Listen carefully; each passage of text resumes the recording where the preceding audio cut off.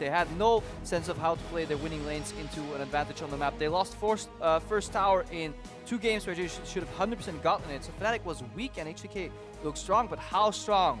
And that's what we're going to discover today. And it feels to me like it is just that reset. We want to believe that H2K are so strong because they beat Fnatic, but when we look at the facts, we look at the way the game unfolded, we just have to understand that we're not entirely sure what the limits here are going to be. Splyce, of course, a very strong team in the regular season, and we're starting to get through the bans now. Yeah, and I'm already liking these 2 bans from Splyce here.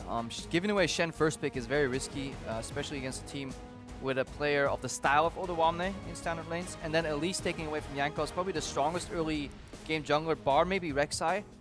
If H2K has rek'sai open, I think they'll first pick it, but that will be knowingly done so by Splyce, who will then trade it for comfort picks of their own. Really interesting to see the Aurelion Soul Ban come out as well. We saw it today in the KT versus Rox Tigers series, and it was a very impressive thing to see, really valuable in the current meta with roaming mid laners, and he does have quite the high skill cap, but it does seem that over time, Sencux has definitely understood the champion. Yeah, and Europe so far seems to gravitate towards like a top lane meta very often, where mid pressure translated into bot lane dives hasn't really existed that much that we've seen in the quarterfinals, but I think as we ramp up and we see better teams with better understanding of macro game come out, I think that's more of a gameplay pattern that we'll see. So the likes of an Aurelion Sol or a taliyah pushing in mid and going for a bot lane dive, I think is likely.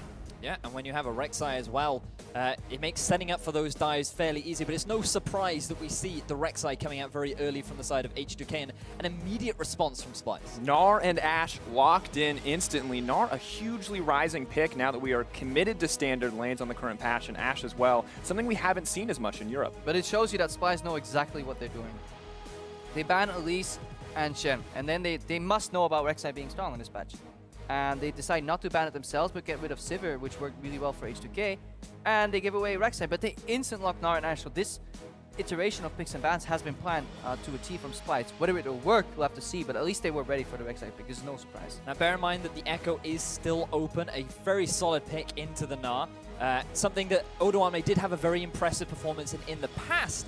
And it does look like we were just talking about these roaming mid laners, and instantly Ryu goes for it. This was something that we saw from him in the last few weeks of the regular season, where he had a very good performance. Yeah, and it's something we'll see more throughout the series, because taliyah is just a really strong blind pick mid, because she has inherent clear and she has roaming potential. And if a matchup is bad 1v1, at least you can escape it by roaming, especially if your strong laners top and bot, like H2K likes to draft.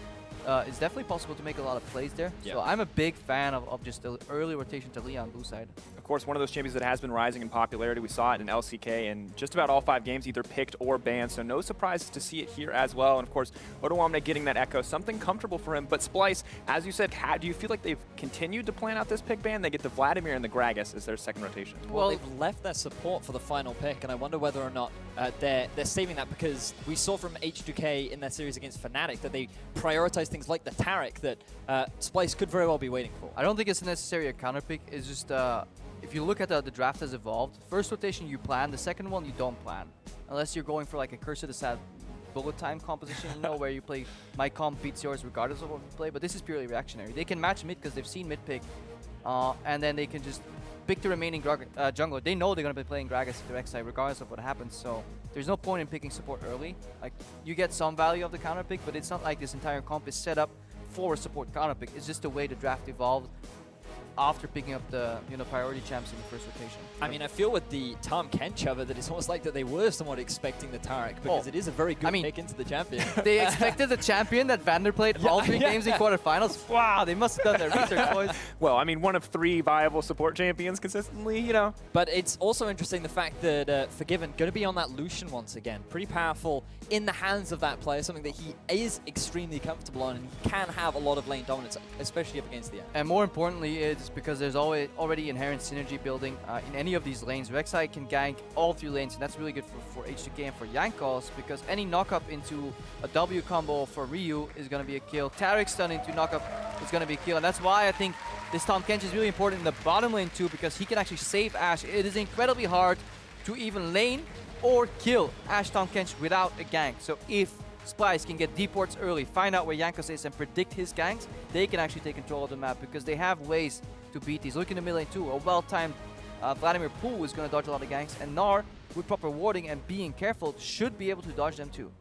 And of course, as we look at these two teams, it feels like once again it all comes back to the jungle. There are those strong individual solo lanes. Interesting picks here too with Forgiven picking up that comfort Lucian, but bringing it back once again to this rek'sai to Jankos in the jungle, the first Blood King. Yeah, he does like to be aggressive. We saw that earlier on with his jungle gravity where he basically likes to spend as much time as possible with his laners trying to set up ganks, and he roams a lot with Vander, and with this rek'sai and taric combo, he's going to be able to do that. But looking at the overall compositions, what I think the big difference is from what we saw from the quarterfinals is when we saw H2K versus Fnatic. Fnatic had a lot of losing lanes in the mid and in the side lanes, and that is not the case in this first game.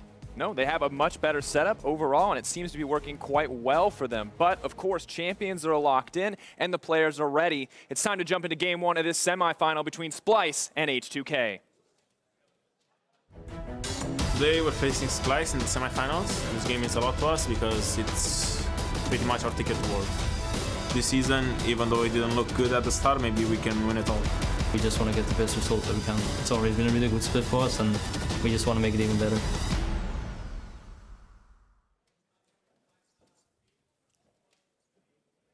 Oh, no. They said camera 20. That's No, camera 20. no, we're back, we're back, we're back. Ladies and gentlemen, semifinal, we're ready. It's no longer camera 20, but we tried our hardest. And you can be sure that Splyce and H2K are in the same boat as we get ready for Game 1 here. Some tomfoolery. For people that follow the bot lane stream, that was Kevin telling us to turn around, and then he uses the front camera. Oh, Kevin. Classic Kevin. But of course, a lot on the line here for both of these teams. Splyce, the rookie lineup in playoffs. They actually brought fans. There's like an angry mob of Danish guys speaking with mouths full of potatoes right in front of Splyce. They even got a little cheer from the Splyce players themselves. So it's actually really great to see, you know, fans come out supporting their teams. Something you're not used to, eh, Grippo? Oh, Oh my God. What's that? You came to play. Welcome, Vedius. First split. All right. Feeling a little confident? Just got to start, you know, we got to set the premise for this cast early on. But he's taking off the Deficio already. The constant stream of BM. Of course, getting set up. It's going to be standard lanes, as it always has been on 6:15. Looks relatively comfortable starts, although a little bit of push for deeper vision from H2K. So standard lanes, as you mentioned, this was something that we did bring up in Champion Select. And if we look across the board, Wunder has the slight advantage up in the top lane because he's playing the gnar. He has the range advantage. He can get the push onto Ekko. In the mid, taliyah is the one that will typically have the push early on because she can just constantly spam that Q out, and the Vlad is going to struggle to match that. In the bottom lane, this one's a bit of a dicey situation because you do have the Lucian who has powerful trading power, but then when you look at the Ashe, her ability to clear waves is a little bit stronger when you compare it up to the Lucian. Yeah, kench also has like harass range potential. You need to look at like what this actually does for these teams, you know, whether this push translates in inherent pressure or not. That's what we're going to track here. Both teams did a camp here. Early access for the Ashe, so this is really comfortable for Kobbe and MIkyx because they should be able to dodge most of their Ashe. There is actually kill pressure on tahm kench in these lanes very early if Jankos shows up, because after doing camp and going to the lane, support still needs a standard amount of time, which means there's actually a level 3 gank possible to one-shot the tahm kench because he won't have grey health until level 3. It happens very rarely, but sometimes they get it off. And definitely an option. Jankos does jungle from top to bottom, so will be set up to gank the bottom lane if necessary. And additionally, his lane already coming out on top in some of those smaller trades. Ashe really poking down the taric. Of course, relatively easy to heal up, but we got to keep our eyes on Jankos. Yeah, we got to track where he started. He actually skipped blue, started top side, so he went Gromp, Wolves, then clear, and he's going for an early level 3 gank here. You know, if he can connect with MIkyx, as we said, you know, knock up into stun. Knock up, damage coming out, exhaust goes down, MIkyx now set to fall, looking for the flash out, is going to make it max range. And that was so close to being a prophecy, you know, no great health available. tahm kench always feels super safe, but level 3 is the perfect timing here, and Jankos already getting pressured. Action doesn't, oh, gets nothing. Gets a flash. Gets a flash, does manage to make it out there, but already Jankos throwing down the gauntlet, throwing down the pressure, 2 quick flashes. And he's showing his understanding of these clear paths, you know, because he skipped his blue buff, because rek'sai doesn't need it. This will also later influence the taliyah matchup because he'll hand it off much earlier, but he basically races a camp ahead, get his level 3 efficiently, and then invades on a gragas who has a pretty risky slow clear early. And remember that he's not going to have his bottom lane to come up and support him too, because MIkyx just got chunked out of lane.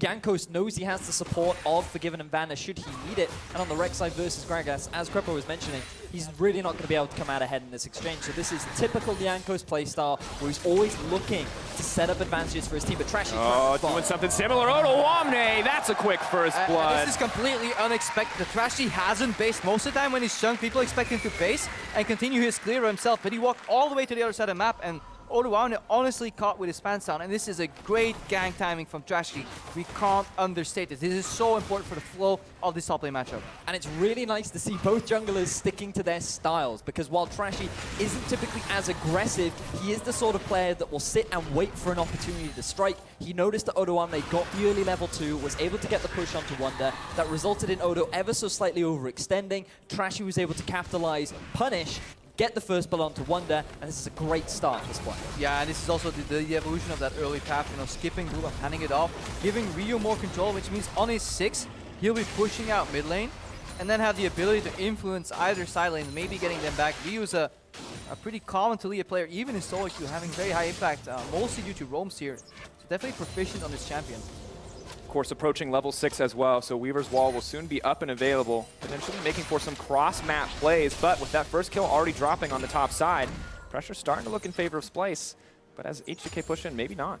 Yeah, H2K definitely have pressure on bot lane since Tahm Kench Flash has been blown, so he can't position aggressively and basically has to play like as if Thresh is playing in the Lantern position. Always have Devour ready, but that doesn't mean they're going to lose any CS. Splyce is aware of the rek'sai potentially being top jungle because there were some things on him earlier. However, they may not be ready for the 3-man dive with taliyah. Taliyah on the way in. Weaver's Wall comes out, zones him back from the tower. Wunder in trouble. Hop, skip, and a jump. Not going to be enough. Flash taking him to safety. Gnar not coming out. And Ryu picking up that kill in response. And even though they pinged him in river, because there was a question mark ping about 40 seconds ago in river, in between wards, potentially indicating that rek'sai could be there because they knew he handled a blue buff. So this is all deduction, you know. They see taliyah come mid with blue buff. Okay. The rek'sai handed it off. What's rek'sai's next logical move? Well, it may be to path into the jungle top and dive, but the problem is there was no counterplay ready. There is no teleport mid here, and H2K are really working towards the god. Stun still comes out. Wunder, what are you doing? This is not what you want. He gets cut down again. Wunder uses his teleport to try and protect the tower. He thinks that he's going to be healthy enough to set up that dive, but he does not respect the fact that there is so much damage available in this duel. And this is poor planning. Granted, these scenarios don't really happen too much, but if we would back and we kind of play like backseat gaming, you know, the hindsight 2020, the correct play here for Splyce is to have Wunder TP bot on a creep and force a 4-man dive while Vladimir roams down. Because taliyah, when top, the counter for you is to cross map and go bottom here. But you can clearly see that Splyce in this game 1 is a little bit uncomfortable. They got caught off guard by the 3-man dive top, Wunder overstayed, which is fine, that happens. But then the correct play would be to use your teleport that he had an advantage over because Odoamne's teleport was down, to go bottom and force a 5v2 dive, which even super effective against the likes of FORG1VEN. Still. And you even had Trashy already in the bottom half of the map because the moment he saw Jankos set up for the gank, he immediately went in for the invade. You can see all the deep vision in H2K's bottom half of the map. And that's just resulting in Trashy trying to respond to the pressure that Jankos is trying to exert. Now, the only saving grace right now for Splyce is that they are a team that has historically done decently well in lane swaps despite having an early deficit in gold in a lot of the games. And one of the main reasons is that Splyce is a team that understands how to play an open map, which basically means a lot of tier 1 towers dead. Mainly because when they draft Tahm Kench picks, and you'll see this later on, they'll put Kobbe and MIkyx mid, as Trashy's being challenged here. Yeah, a decent amount of poke there. Continue. They'll put Kobbe and MIkyx mid, and then use the Tahm Kench to gank the side lanes here. That's hopefully their game plan later. H2K already have a big lead, and they're looking to beat up Wunder. Tunnel over the wall, knockup goes in, Gnar on the way, but I don't think it's gonna be enough. In comes gragas, buying time, Rage is still ticking up, no! Gets hit by the Time Wander on the back half. And this is just constant, relentless pressure coming out from Jankos to shut down the already weak gnar in the top lane. Odo had a big minion wave pushing in his favor. Jankos had a pre-prepared tunnel to set up for the flank. They get the collapse done onto Wunder, and even though Trashy's there to respond, he just cannot do enough to keep his top laner alive. And gentlemen, as we approach a 3K gold lead, we talked about this in Champion Select, Splyce needing to get down deep vision to shut down Jankos, and they just have not. They have not, but they knew he was there, but it's not about the vision only, it's about thinking what the enemy composition can do and also planning your next move ahead of time. Right now, look at the siphoning of pressure here. Top lane pushed in, which means Odoamne is freed up. He can just move mid for some additional pressure. Maybe he can get Vladimir off the turret, maybe he can steal away Raptors here, but Trashy is being continuously challenged in his own jungle. Look at Jankos here. Krugs are up, red buff is up, Gromp is up, but he doesn't care. He's just taking away from Trashy and getting a net gain for his team. And I'm just really impressed with Jankos' pathing overall, because we talked about how the lane advantage was in favor of Splyce up top, the mid lane was in favor of H2K, and the bottom lane was a slightly undecided one. So Jankos went straight bot early. He got that advantage. He enabled H2K to have a solid laning phase, and then he focused all of his attention onto the top side of the map, which was their only weak lane. And now H2K have 3 strong lanes that are constantly pushing in their favor, which is exactly how this team likes to play. And not just 3 strong lanes, a strong jungler as well. You can see Jankos busting out the Tiamat, a sure sign of confidence, improving that jungle clear, and also giving him so much more damage here in the early game. Yeah, but we already see what the series is going to be all about. After we maybe swap sides, H2K will have side selection in the next game, so they could actually repeat this pick and ban. We see more pressure on Sencux. He has pool and summer, so he'll be fine, but it's more about burning them. Every little gank and every little stab takes away some resources, and then eventually Splyce will break. For Splyce to get out of this one, they need to start using kench ulti, surprise gragas behind the tower, you know, make a proactive move that catches H2K off guard. And of course, they do have the tools to make those proactive moves. Gragas, as you mentioned, the Ashe arrow, a great tool. We saw Prey put it to good use earlier today in the LCK final. No cleanse available for any of the members on the side of H2K, so a potential opening, but not one Splyce have capitalized on. Now remember, this is something that we have seen from Splyce a lot throughout the regular split. They often fall in deficits at around the 15-minute mark, but they always find a way of coming back into that, because this is a smart team. They know how to use their composition well, and once these mid-game fights around objectives like the Dragon, maybe even the Rift Herald start to kick off, is really where we should start to see the strengths of Splyce's team play. Yeah, I feel like H2K, they send their jungle to the right side of the map because that's where they need pressure, but the blue buff is up. So Odoamne is using his advantage that he has top to hand off blue buff to his mid laner.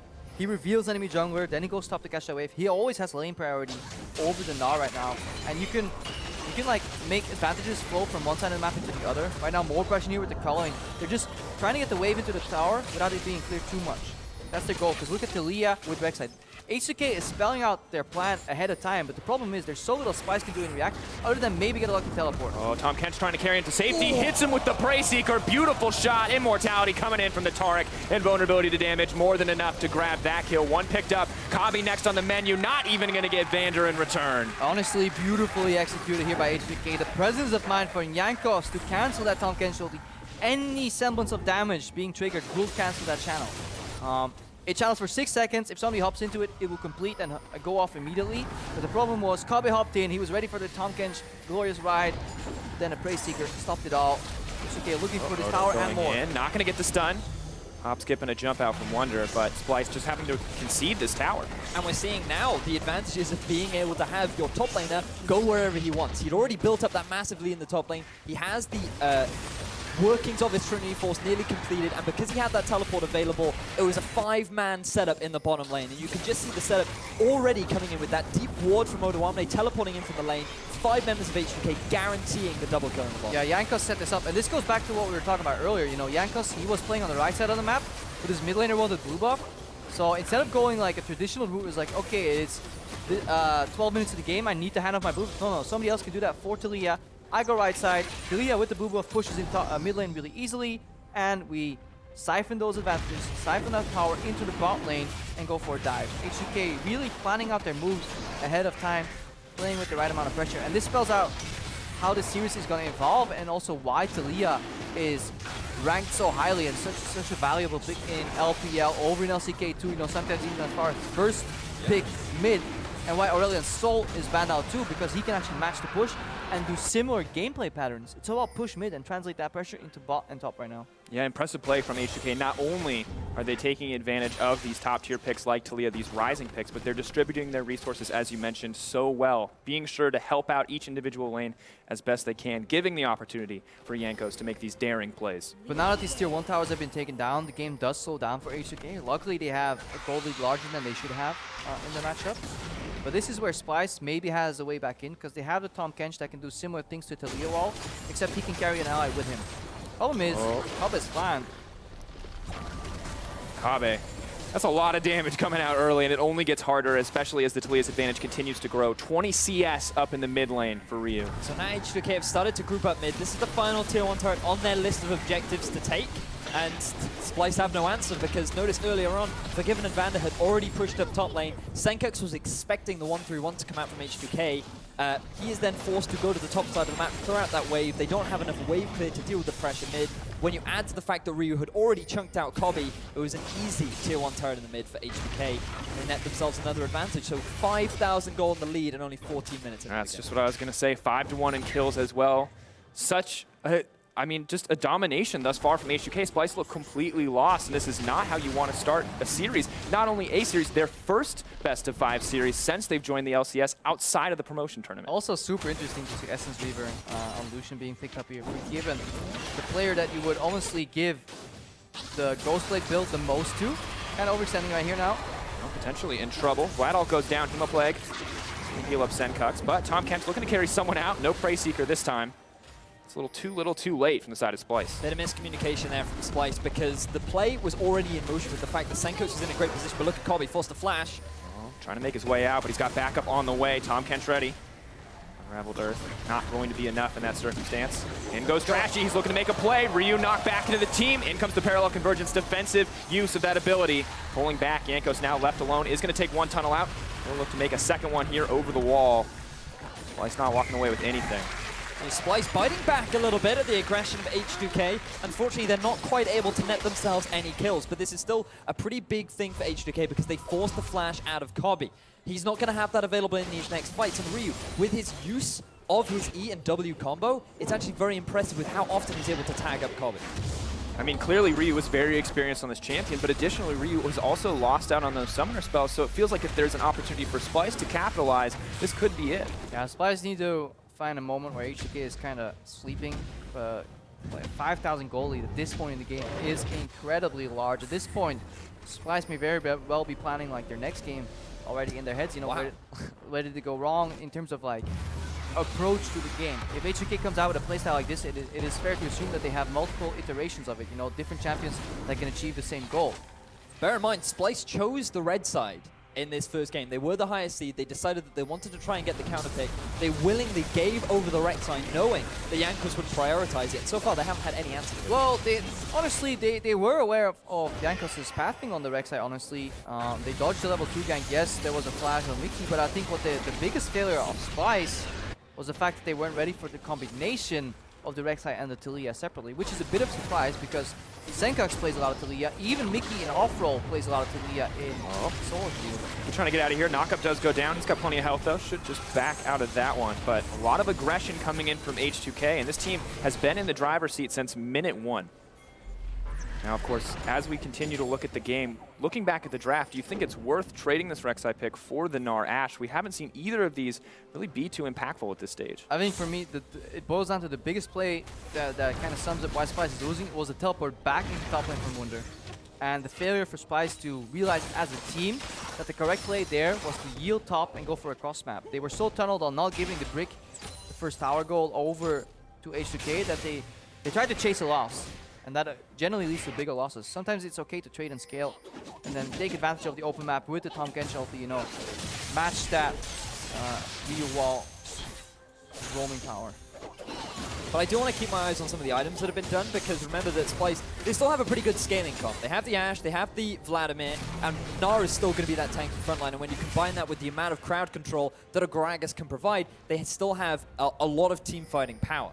And this is something that you could argue that taliyah is not necessarily the best at. She's really good at roaming, she's really good at skirmishing, but in the full 5-on-5 team fights, she is a little bit harder to play and she can't add as much value as necessarily a 2-item Vladimir can. So taliyah, she excels at kiting, yeah, more or less. exactly. It's going to be hard to make that happen here. Wunder's still having a good trade on Odo here. Frozen Out is an influencer in this matchup. Odo has to flash. Burned out in the end of this top lane matchup, of course. Ekko going to have the advantage for the most part in those 1v1s, but if he ever starts to lose, Frozen Mallet makes that so rough. Now this was a problem with H2K, even in Spring Split for a tad. It's like once the map was open, they had a snowball. They were almost so bought into the macro hype that they did everything perfectly. You know, they set up all the vision, but they never really pulled the trigger on anything. Well, when we look back at their set versus Fnatic, I mean, it was a similar story. Their early game, they always got these big advantages, and while for the most part they did close out, they still had a few of those struggles. Of course, that's nitpicking. It's a 3-0. It was a great set from H2K, but when we look, there are some clear signs that they struggle in the mid game. Well, I wouldn't call it struggling. I mean, these guys are 5,000 gold. Okay. What a struggle. Ooh, that's like literally the definition of a first world problem.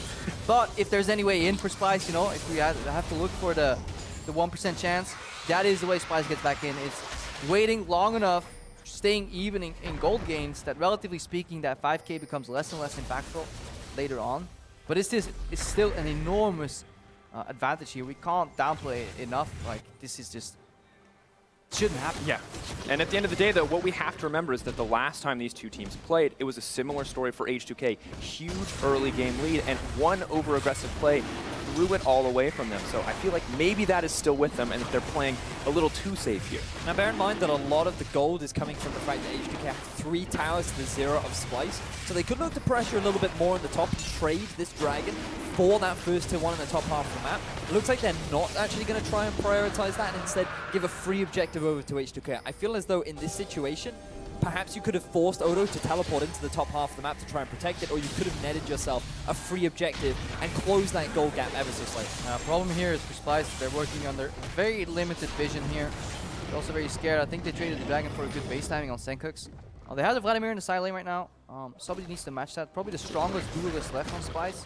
So if any pressure is going to come out, it's going to be from somebody influencing that Vladimir lane, or maybe, you know, a good gnar flank. Be interesting to see, and of course risky as well, because H2K working with about a 2 global advantage. Slee ult not quite global, but having more overall map mobility options coming out here as opposed to the single teleport coming in from Wunder. Splyce kind of limited in what they're going to be able to do when it comes to responding across the map. Yeah, Splyce's plan right now is to stall this Baron vision from being set up. It's not about preventing the Baron, it's honestly from preventing the really deep red side Baron vision that H2K wants to put in here.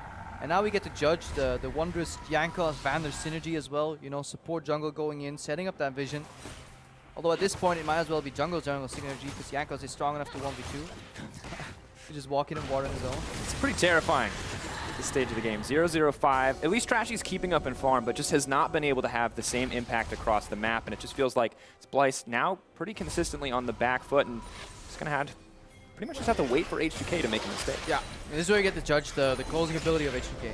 Because first towers are open, they get the dragons, they did everything fine up to this point. There's no way they can get a bigger gold advantage without taking really risky moves, in my opinion. Because you need some objectives to draw Splyce to different areas of the map, and Baron definitely is one of those objectives. So bringing more pink wards to the party, they already have 3 in position, which is great. One of them is a bit wasted. It's the one on the Scuttle Grab location. Those actually have to move into Splyce's jungle, de-ward, and then they can force Splyce to face check. That is the goal that H2K want to achieve. Or when Splyce overcommit to defending that area, simply rotate down to the bottom lane, take your 2. A lot more flexibility, of course, as we mentioned earlier with the globals, but additionally, Splyce do have the luxury of that hawk shot. Will give them some reliable vision. Bear in mind that Wunder is slightly overextended in the bottom half of the map. They could have set up for a flank with Jankos, but Wunder did read the situation. He's going to back off as a result.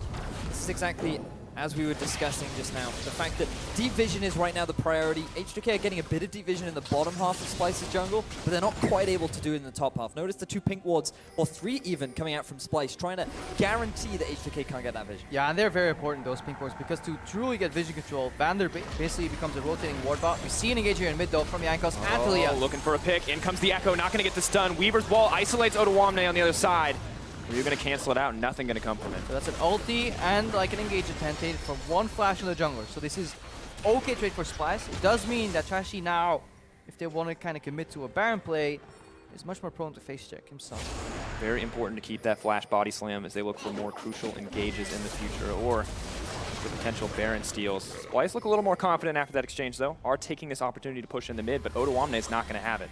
It's important to remember that Ryu, without that ultimate, it is a little bit hard of him to set up plays, but H2K might be trying to set something up for themselves as Splyce are forced to back away. But now H2K do have positional advantage on the mid. Splyce are going to have to force to take the long way around to defend this tier 2 turret in the mid, but fortunately they have enough wave clear to stave off any push that H2K are trying to set up. Yeah, wave clear, a very condensed H2K lineup here, swooping after using those globals obviously collapse, but there's a good hold from Splyce. And we started earlier, 6 wins, 9 losses when behind the 20 minutes for Splyce. So they're one of the more resilient teams when it comes to coming back from behind. It's what we're seeing in this gameplay. It's nothing special, it's nothing astonishing, but they're just hanging on well. Mainly because they really like to challenge vision setup. You could roll over and trade nothing for wards and be like, okay, we're fine. But suddenly you're that burning dog in the comic. Oh yeah, this is fine. This is fine. Splyce is not doing that. Those 2 pink wards at the entrance of the jungle make it so it's really hard for Vander to clear them, because he has to waste wards, clear the pink ward, base again, get more wards, and every time he bases and Splyce know, they can still win fights 4v5. And that's what's going to put H2K back on the map, and then they get some new wards in, and it's like kind of a cycle that's really hard to beat. And of course, you can see them playing around those wards, but Jankos sees an opportunity now with so many members visible on the map to take out this vision. And Splyce starting to lose a little bit of control here, but they do have more wards ready. They will Still retain a pink ward control. here. Has to be clean. Like there's 2 wards. There's a couple of wards being snuck in there. Just looking at the ultimates available right now, everything is back up off cooldown. Even though taliyah did have a couple of cooldown increases to that Weaver's Wall, it's still relatively low once you hit that level 11 mark, and that is going to be integral in order to set up plays. Trashy still doesn't have his flash available. He could be a target of focus early on, but really they want to try and shut down Kobbe and MIkyx as soon as they can, because these are going to be really big damage dealers in the next few fights, and if H2K really want to set up for the Baron, they need to try and shut down these low mobility targets. One blue trinket has been cleared. Scuttlecraft has traded. Double pink what's in position here, so this is a good setup, but Forgiven has to base. Backing out, Ryu taking this opportunity to clear vision, but control of the Baron pit lies solely in the hands of H2K now.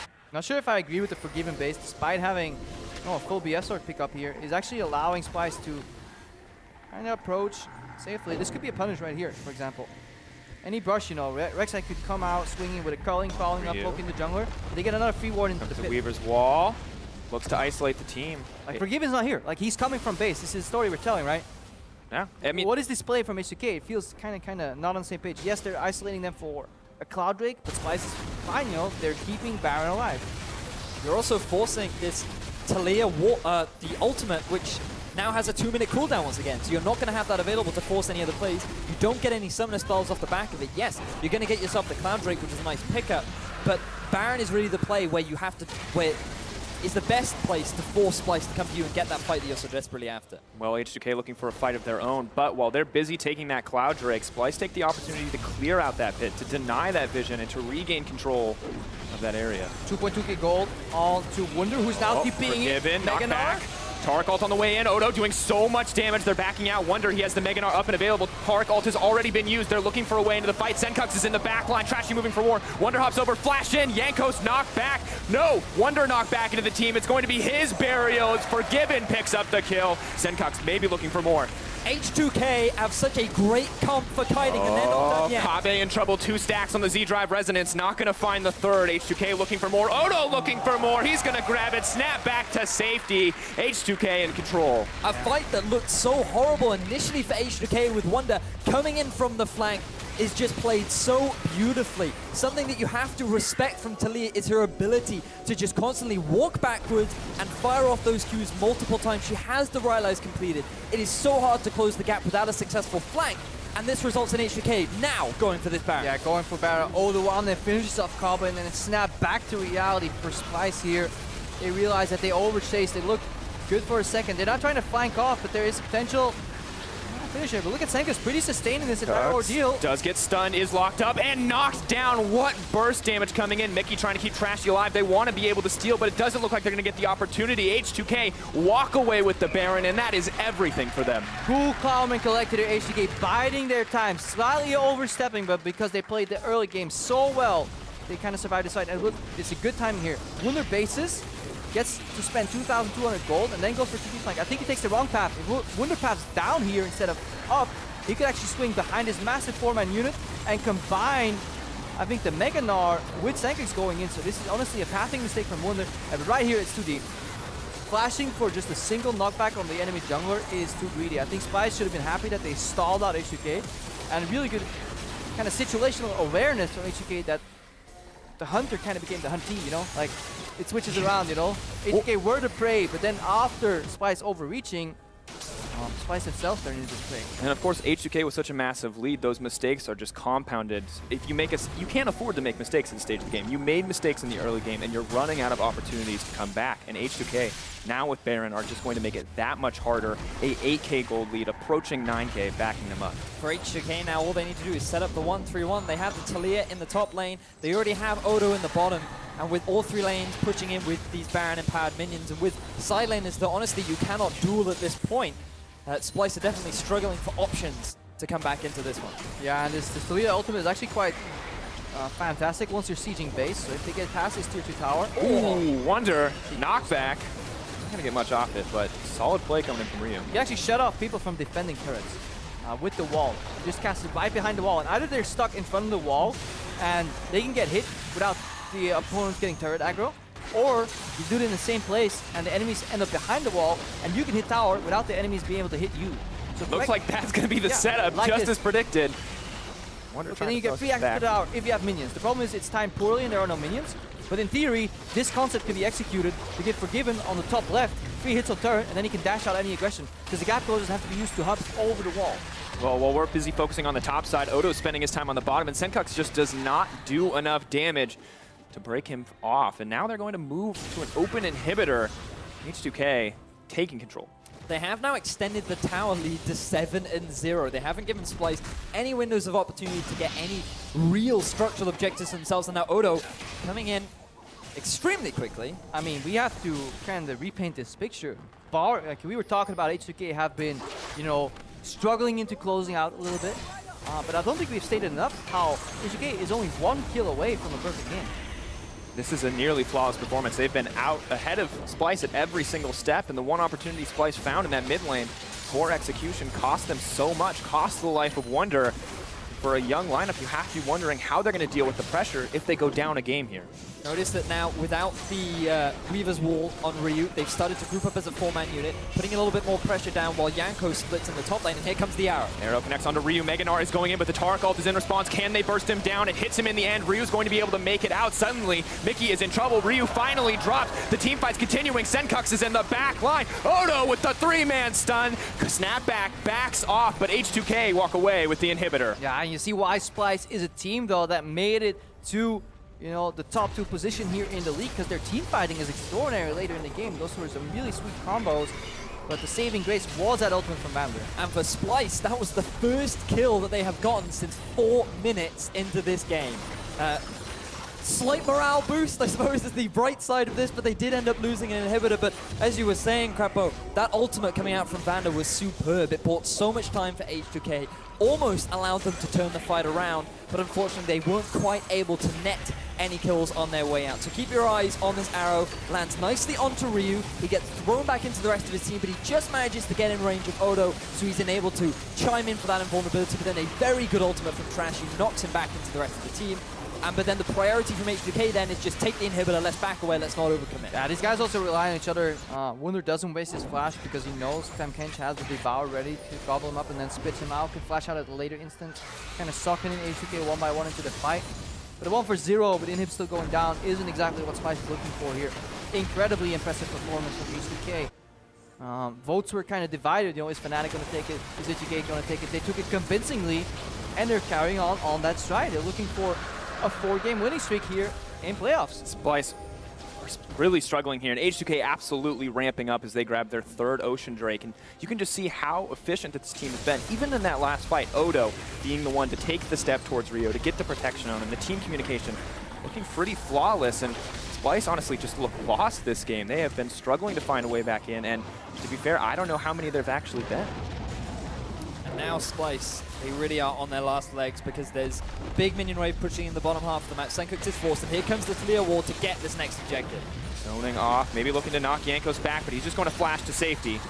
A little bit of damage down on the turret, but the wall disappears. Still not the biggest fan of the way Ryu is incorporating this wall into the gameplay.